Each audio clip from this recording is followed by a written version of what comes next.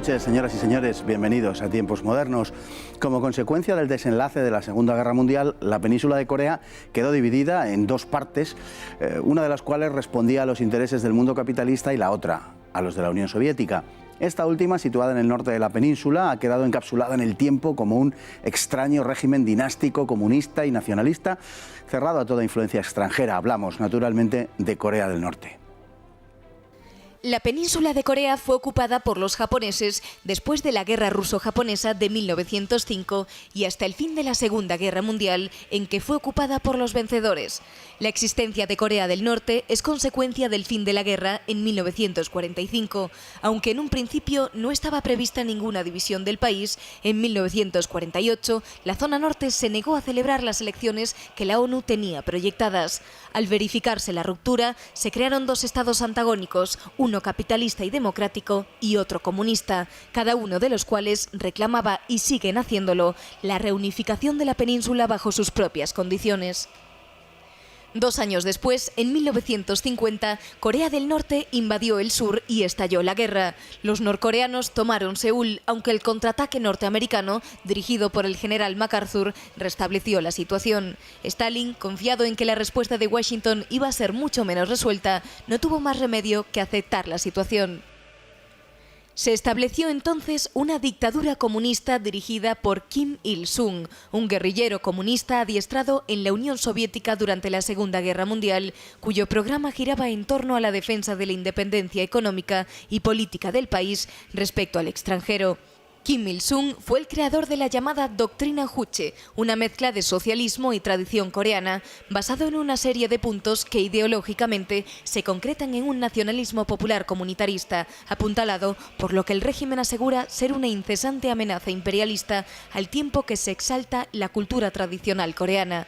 La doctrina Juche asegura que el nacionalismo y el internacionalismo no son solo compatibles, sino complementarios, y pone un especial énfasis en el imperio de las masas, que da al régimen un peculiar aspecto de movilización permanente que combina con un muy pronunciado culto al líder. El calendario norcoreano es diferente al occidental y comienza con el nacimiento de Kim Il-sung, que tuvo lugar en 1912. El ejército es el cuarto del mundo en personal y el primero en gasto proporcional, un 25% del presupuesto nacional, por lo que no es extraño que las Fuerzas Armadas sean un sostén esencial del régimen. De hecho, el aspecto militar es el más importante de la política norcoreana. Corea del Norte es un país casi completamente cerrado al exterior, solo tiene relaciones con China y hasta 1979 con Kampuchea. Un régimen como el de Pyongyang es imposible de mantener si no es en ese aislamiento. En el país no hay internet ni apenas telefonía móvil y el acceso a la televisión está fuertemente restringido.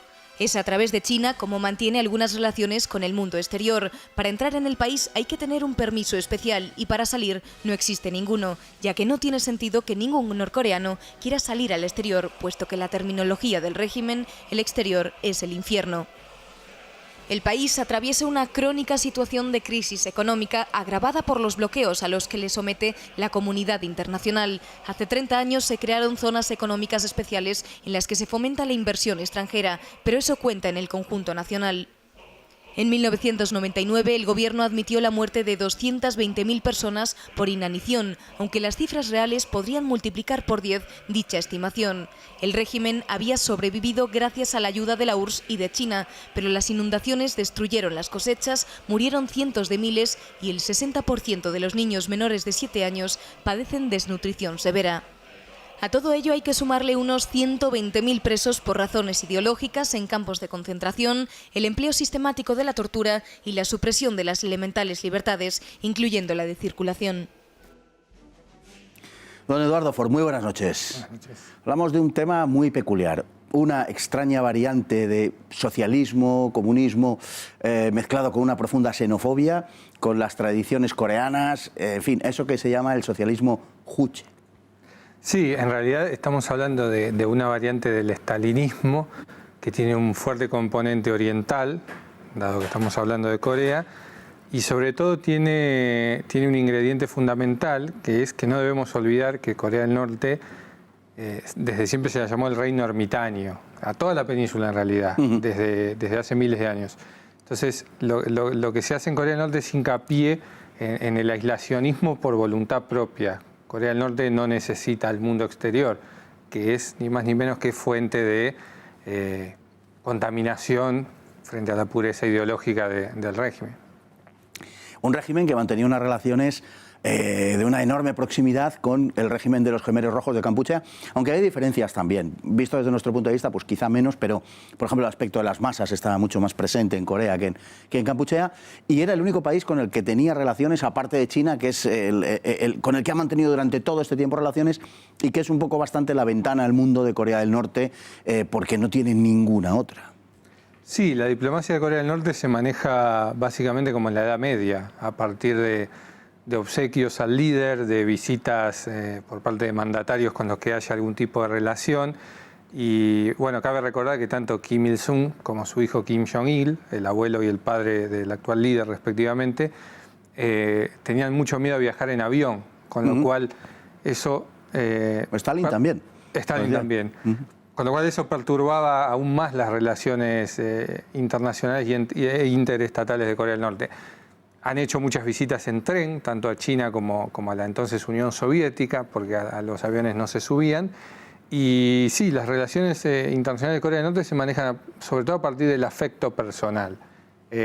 Cuando los hijos de Kim Il-sung estudiaron en el exterior, durante algún tiempo hubo relaciones con Australia, con Canadá, que eran países a los cuales a los hijos de Kim Il-sung le caían simpáticos. Entonces a partir de ahí se generaban las relaciones internacionales.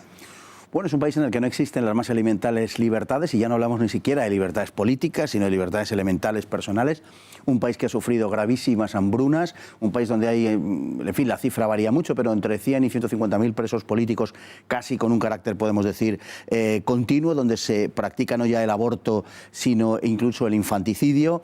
En fin, un país con unas peculiaridades vistas desde Occidente verdaderamente sobrecogedoras, sobre todo por lo que tiene, o particularmente por lo que tiene de negación, como digo, de las más elementales libertades, yo no sé decir ciudadanas o de los súbditos, o en fin, cada uno que le ponga el sustantivo que crea más oportuno, porque es difícil calificarlo desde nuestro punto de vista. Sí, además hay que tener en cuenta que Corea del Norte es, como en aquella película de Peter Weir, el Truman Show, es como una especie de república de los niños. O sea, la inmensa mayoría de la población de Corea del Norte cree que el cine de Corea del Norte está premiado a nivel mundial, que sus selecciones deportivas triunfan en todo el mundo. De hecho, en uno de los últimos mundiales de fútbol, cuando Corea del Norte fue eliminada por Brasil, lo cual era previsible, durante toda una mañana la selección norcoreana de fútbol estuvo en la Plaza Mayor de Pyongyang, dispuesta para ser insultada, escupida y demás por la población, porque lo que el gobierno no podía permitir era esa humillación a nivel internacional, con lo cual sí, hay una negación total de las libertades individuales y una construcción ficticia de todo lo que sucede desde todo punto de vista. El ejército, junto a esa movilización permanente de las masas y el culto al líder, es el pilar central de la vida política y casi social norcoreana. De hecho, se lleva el 25% del presupuesto, lo cual es una barbaridad, en fin, poco comprensible desde casi ningún punto de vista. Pensemos que en Estados Unidos, por ejemplo, es el 3,15%, ¿no? Rusia es un 4,3% o algo así. Estos se llevan el 25%, es decir, algo completamente desmesurado. Y se ha convertido en el centro de la vida norcoreana y probablemente en una de las razones más fuertes que impidan toda evolución del régimen, aunque luego podemos volver un poco sobre eso, pero es un régimen muy fuertemente militarizado. Es un régimen muy fuertemente militarizado y esa tiene que ser su esencia y el motivo último de su permanencia, porque tenemos que recordar que en Corea del Norte no solo hubo centenares de miles de muertes por inanición, sino que hubo hasta casos de canibalismo. Entonces, dedicar ese porcentaje del presupuesto nacional a la defensa, lo único que nos indica es que si Corea del Norte no tuviera armas nucleares y un ejército monstruoso, es un régimen que ya habría desaparecido hace tiempo. Incluso el propio régimen afirma que su motivo último de pervivencia es ese, el hincapié que hacen en el militarismo como estilo de vida, digamos.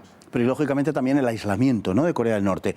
Visto, en fin, las fotografías espaciales de cuando se enfoca toda la zona oriental de Asia, Por la noche, las fotografías nocturnas pues nos hacen ver cómo hay una enorme cantidad de gasto de energía luminosa en toda la costa del Pacífico China, por supuesto en Japón, e incluso en zonas mucho más infradesarrolladas o mucho menos desarrolladas que las que acabamos de citar, pero nos da imagen, digamos, de la vida de esos países, por ejemplo la India, ¿no?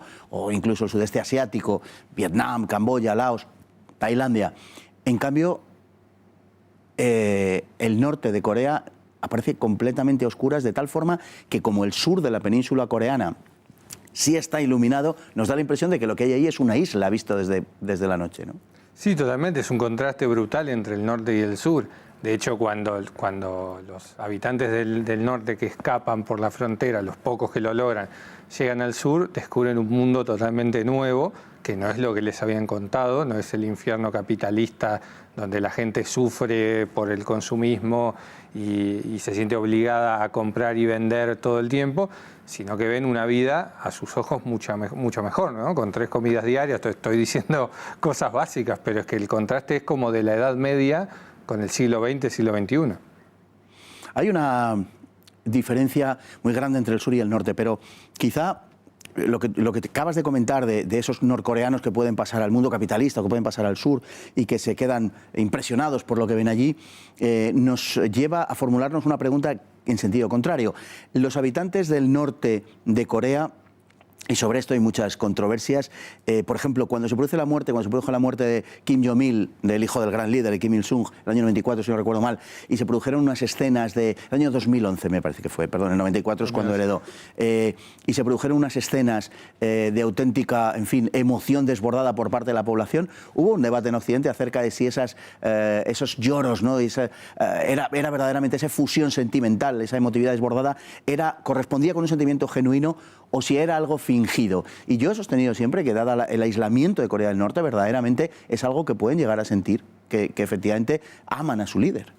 Bueno, sería demasiado simplista pensar que es simplista y un poco impracticable pensar que era un dolor y una histeria simuladas. Yo estoy de acuerdo, yo creo que si nos criamos en un país totalmente recluidos, e incluso a nuestro presidente lo llamamos el Padre Eterno, cuando se muere nuestro padre, evidentemente sufrimos, y las imágenes que veíamos de señores de 70, 80 años arrodillados llorando en el suelo, yo creo que se condicen con esa realidad.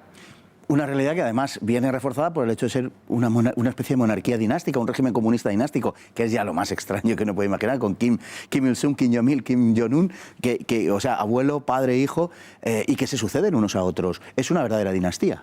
Sí, es una especie de monarquía estalinista hereditaria, donde se dan situaciones como que solo se ven en países como algunas antiguas repúblicas soviéticas. Se ven situaciones como las que el hijo toma el poder de manos del padre, que lo tomó de manos del abuelo, y hay un homenaje a toda la dinastía en el congreso anual del partido, con imágenes más propias de un reino de la Edad Media que de un país del siglo XX o del siglo XXI. Brevísimamente, en 30 segundos, parece que pudiera haber algunas señales de apertura con Kim Jong-un, con el actual dirigente. ¿Cuál es tu valoración? Bueno, Kim Jong-un hay que recordar que iba a decir un chico, bueno, ya es un hombre que se crió y estudió en Occidente, eso conviene no dejarlo de lado. Tiene el apoyo del ejército, paulatinamente la comunidad internacional comienza a alejarse. China comienza a ver a Corea del Norte como un vecino bastante incómodo y el costo supera los beneficios de tenerlo de aliado. Y yo creo que podría llegar a darse un proceso como el de Alemania a finales de los 80, por los propios intereses de la población. Bueno, pues veremos cómo evoluciona la cosa, don Eduardo. Muy buenas noches, muchísimas gracias por estar con nosotros. Igualmente a todos ustedes. Hasta el próximo programa, si Dios quiere.